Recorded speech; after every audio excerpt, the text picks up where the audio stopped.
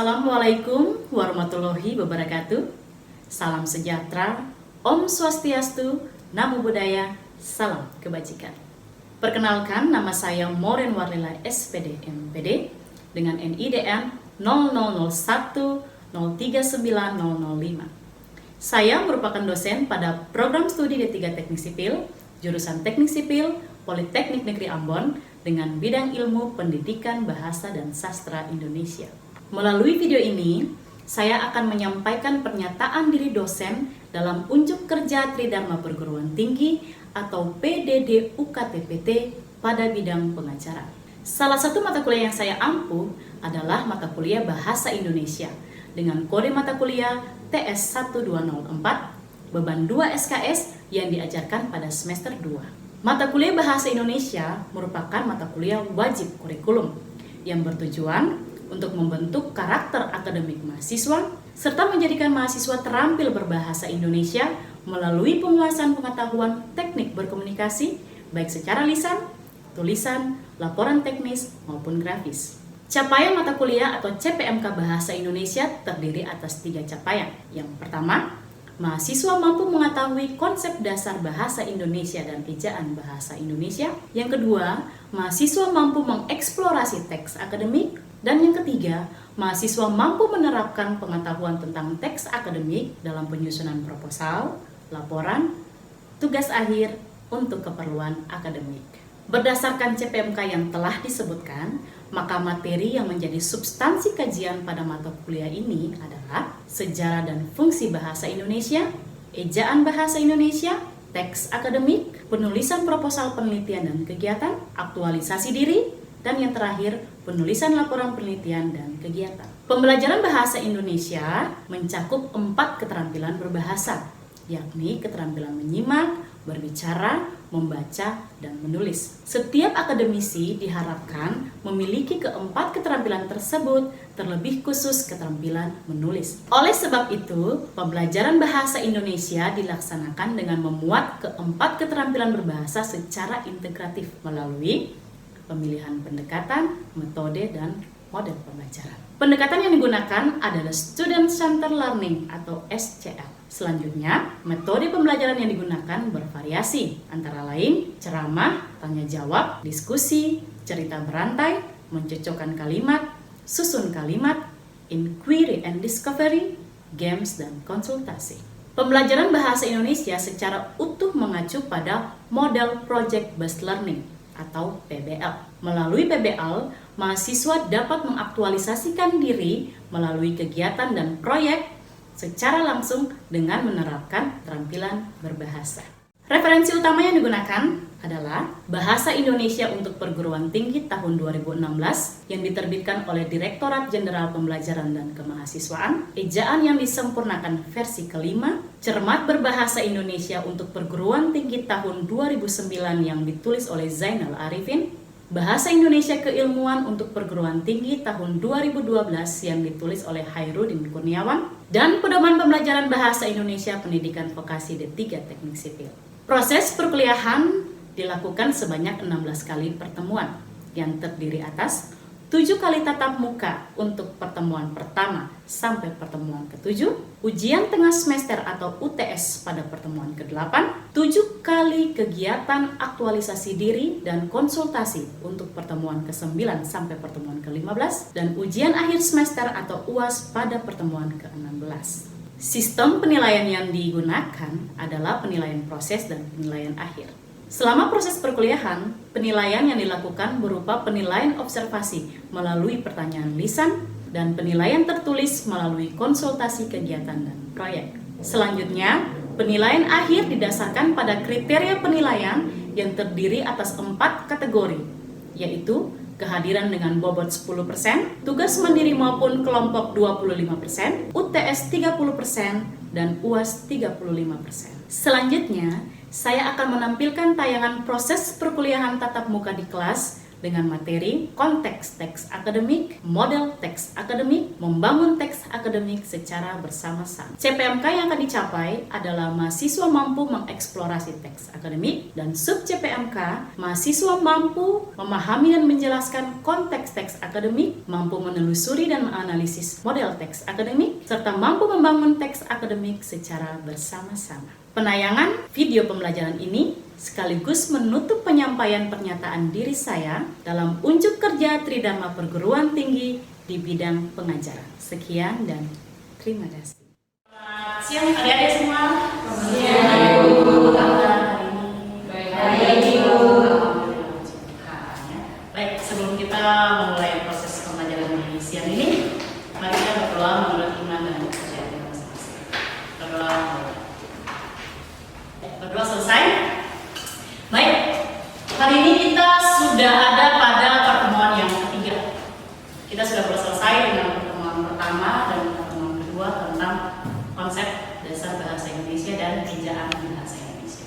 Nah, hari ini kita akan sama-sama membahas dan mengeksplorasi teks akademik. Ada yang sudah pernah dengar sebelumnya teks akademik, istilah teks akademik? Ya?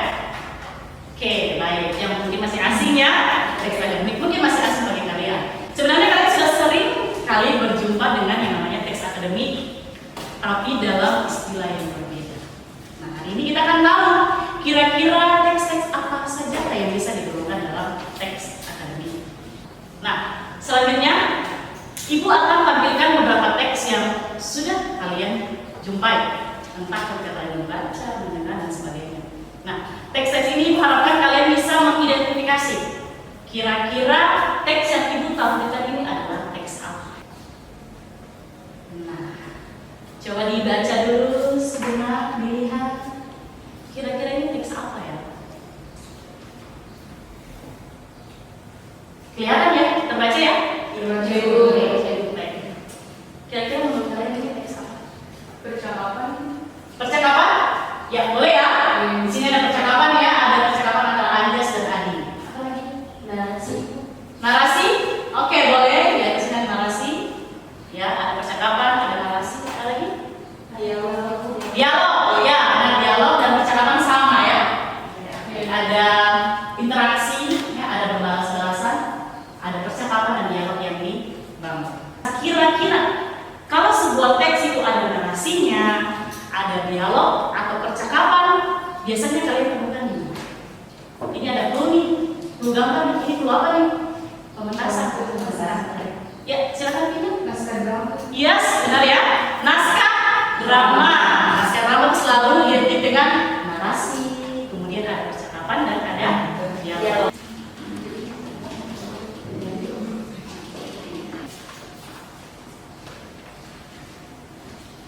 Nah, ini teks apa? Puisi. Iya, semua orang sudah tahu ya. Ini teks puisi. Nah, kalian kenal tidak si kakek yang ganteng tampan ini? Siapa? Iya, Sapati Djoko dan salah satu penyair ternama di Indonesia ya. Tapi beliau sudah meninggal. Salah satu puisi yang sangat terkenal ini adalah puisi Aku Ingin. Nah, oke, kalau sekedar melihat bisa langsung tahu memang benar ini adalah puisi, tapi ada cirinya. Mengapa sampai kalian bisa sebutkan teks yang di depannya adalah teks puisi? Rian? Ya. Kenapa Anda sebutkan bahwa teks ini adalah teks puisi? Karena menggunakan kata-kata yang indah. Ya, ada kata-kata yang indah di sini ya. Coba kita lihat.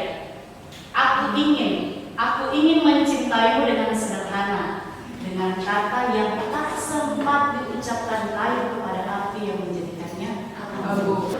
Oke, baik. Selain kata-kata indah, apa lagi? Sudah diucapkan dengan nada dan intonasi. Nada dan intonasi. Ini teks puisi.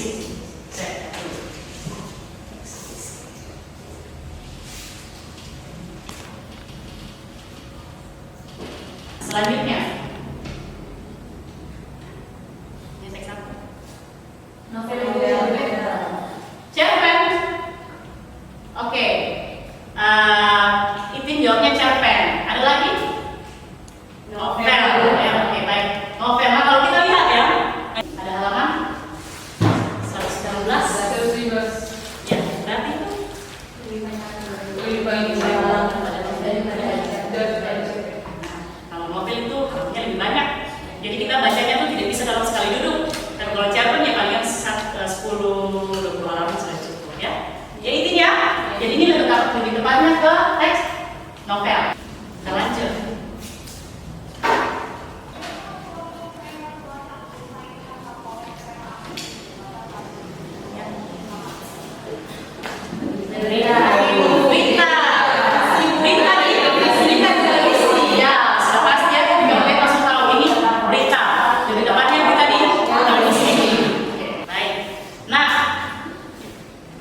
Sekarang coba kalian identifikasi.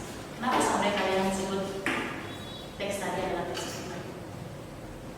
Karena sudah pasti ya, harus ditayangkan di TV dulu. Kalau bukan berita yang ada di TV ya bukan berita di televisi. Ada lagi? Ada informasi.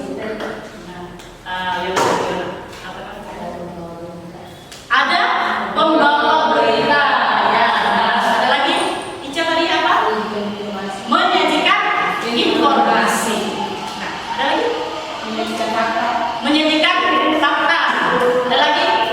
Paling warga dan pengendara yang sedang melintas. Siapa sih yang bisa buka TikTok? Semua. Nah, kalian sudah pernah lihat tidak ada challenge berita? Nah, bagaimana itu? Berita kemudian ada Yang ditulis.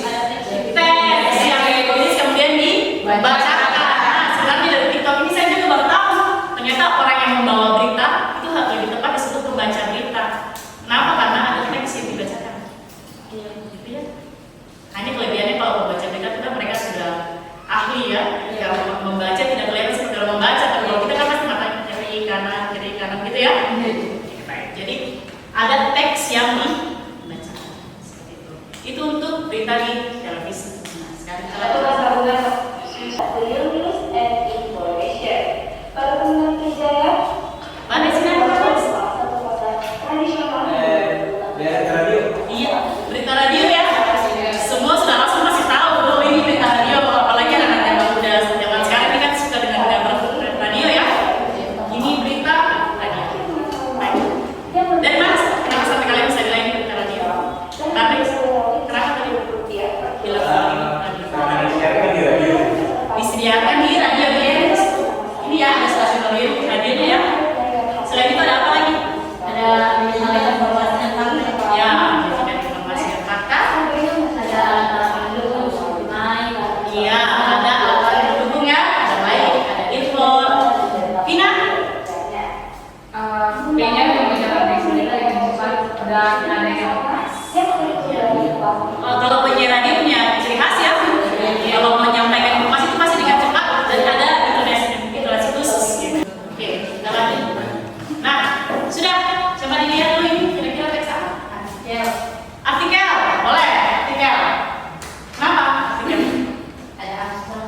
Iya, ada abstrak di sini. Ada pendahuluan. Ada pendahuluan. Baik. Ada lagi? Jurnal itu. Jurnal. Dari mana Anda seperti jurnal? Ada abstrak dan pendahulu. Oke, ada abstrak, ada pendahuluan. Kalau bilang ada abstrak, pendahuluan bisa saja sama dengan makalah. Tadi ya, skripsi. Ada cirinya tidak di sini? Ada volume dan nomor di bagian tadi. Iya, ada volume, ada nomor. Apa lagi? Ada satu ciri yang sangat menonjol di sini. Ada tulisan jurnal dan nama jurnal di bagian kiri atas. Nah, ini ya.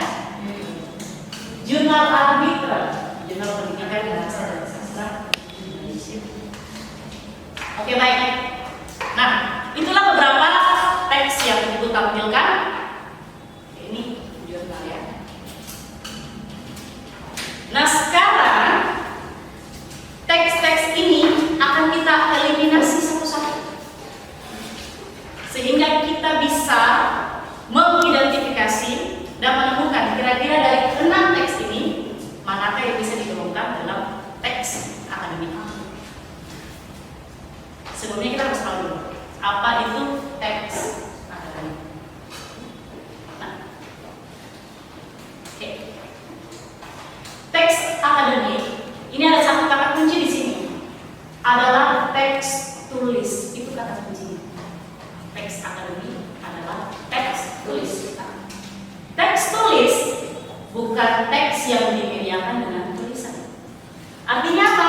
Artinya semua teks yang kalian lihat tertulis, yang dituliskan itu belum tentu bisa disebutkan sebagai teks tulis. Mengapa?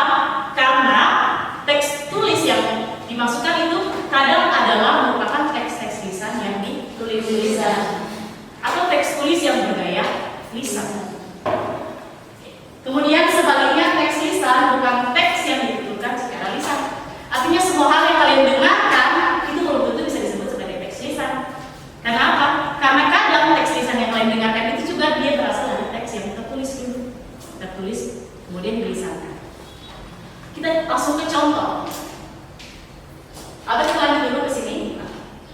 Dengan demikian, teks tulis artinya teks bergaya tulis yang dimediakan juga dengan tulisan. Kalau di atas kan kadang teks tulis bukan selamanya disebut juga teks tulis karena ada yang dituliskan kemudian dituliskan. Sebaliknya teks lisan tidak selamanya disebut teks lisan karena ada yang dituliskan kemudian dituliskan. Yang menjadi titik kunci di sini adalah teks akademik itu harus bergaya tulis dan juga dimediakan dengan tulisan. Jadi tidak boleh ada istilah lisan dituliskan, tulis dilisankan, tidak boleh. Harus berpatokan pada bergaya tulis, kemudian dimediakan juga dengan tulisan. Itu kata kunci yang harus kalian ingat. Bisa ya? Sekarang kita kembali ke teks sebelumnya. Tadi kalian sudah sebutkan ya, kalau teks akademik itu ada percakapan, ada dialog, ada narasi, kemudian dipentaskan. Kira-kira teks naskah akademik dan naskah drama ini bisa digolongkan dalam teks akademik atau tidak? Nah, karena dalam teks drama itu biasanya disampaikan secara lisan melalui hal yang naskah yang dituliskan.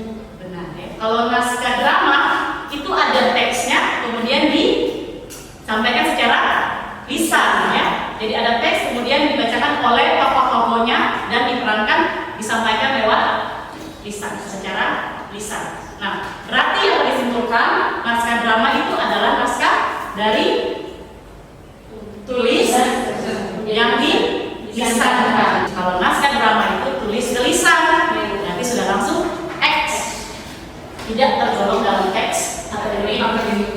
Oke, kita lanjut. Kalau teks puisi dari lisan ke tulisan, tulisan ke lisan, atau tulis ke tulis? Kalau puisi, lisan, jadi itu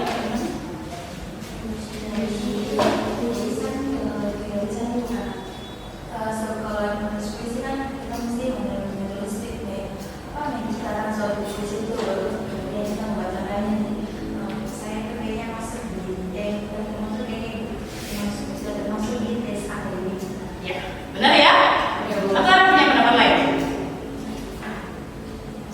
Jadi puisi itu di awalnya dituliskan dulu ya, dituliskan kemudian pada kesempatan-kesempatan tertentu dibacakan dengan menggunakan nada dan intonasi untuk menyampaikan pesan. Oke, berarti puisi masuk tidak dalam teks akademik? Tidak ya, karena dituliskan kemudian disampaikan secara lisan atau dilisankan. Oke, kita lanjut.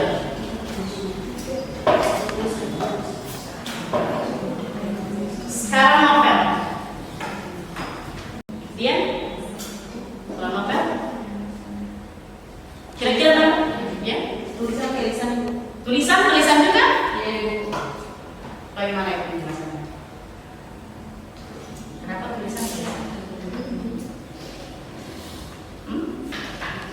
Karena ditulisnya terkadang difilmkan dan penyampaiannya secara lisan. Iya, gitu ya. Novel ini kan memang ditulis, tapi pada kesempatan tertentu juga bisa difilmkan. Ya, walaupun nanti dia punya alurnya, endingnya kadang tidak sesuai ya, tapi novel itu kadang juga dilisankan dalam film. Ya, jadi dari teks tulis ke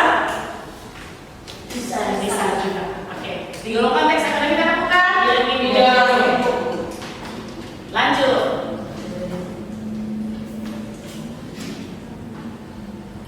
Nah, kalau berita ya dari tulisan karena ada teks yang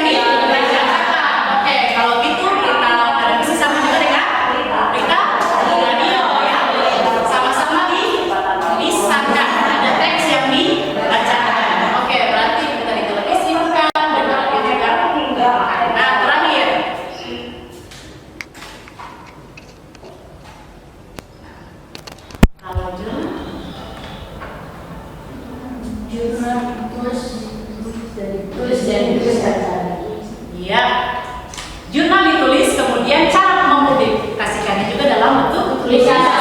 Ya, oke. Beda dengan berita. Kalau berita ditulis kemudian publikasinya dalam bentuk pembacaan. Berita. Kalau jurnal dipublikasikan juga secara Tulisan. Oke. Baik. Sampai sini ada yang mau tanya? Nah, ini kesimpulannya sebagai contoh, teks berita yang didengarkan di radio adalah teks tulis yang diberikan secara lisan. Sebaliknya naskah drama dalam dialog adalah teks lisan yang diberikan secara lisan. Oke, kita lanjut. Nah, kalau kalian lihat gambar ini, panah ini ada teks akademik, ada teks ilmiah. Kira-kira maksudnya apa? Kalau dilihat dari tanda panah, Hubungan.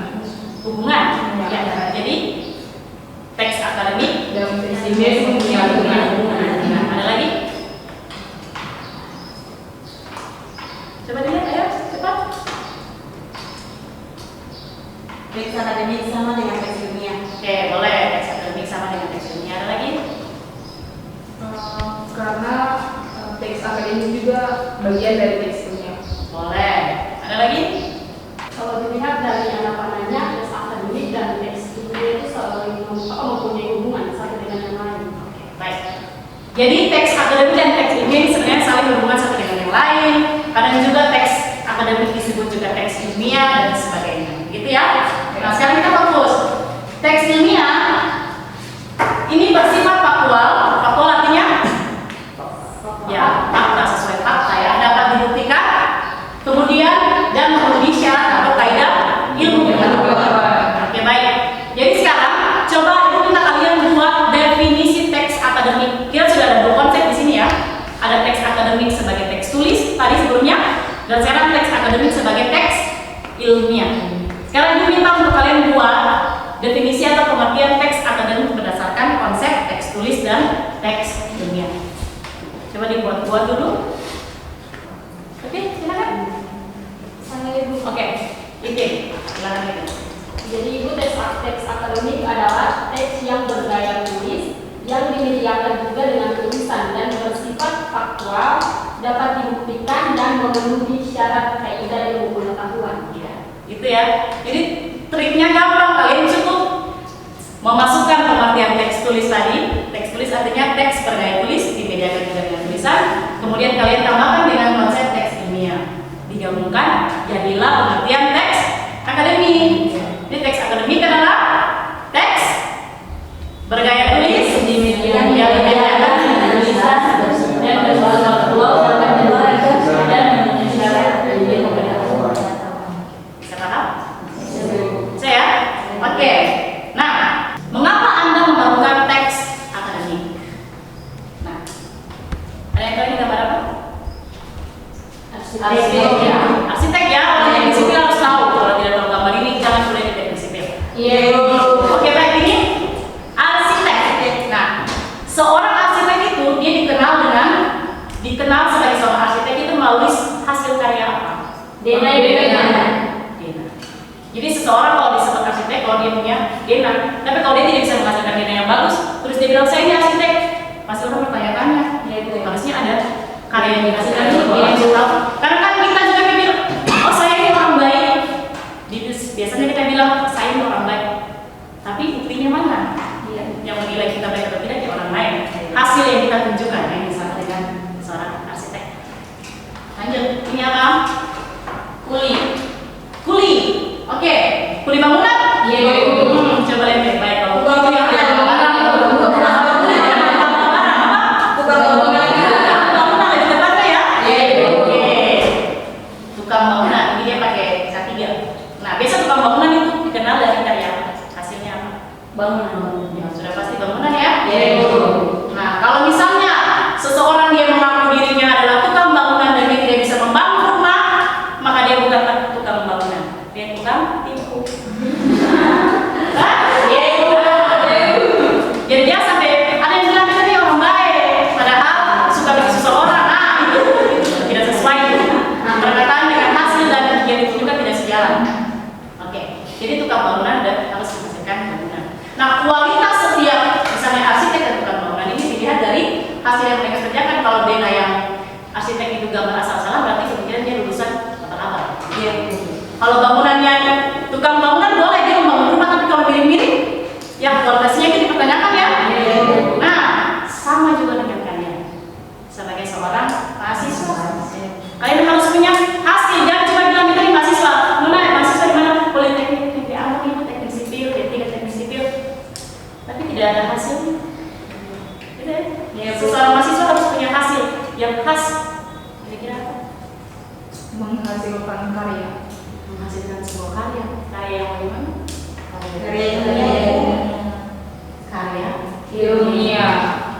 Jadi kalau kalian tidak punya karya ilmiah seperti misalnya skripsi, tugas akhir atau makalah, kalian tidak bisa disebut sebagai mahasiswa. Jadi kalau ada mahasiswa yang lulusnya itu mengikuti tes apa itu? Mahasiswa wajib menulis, harus punya karya yang dihasilkan.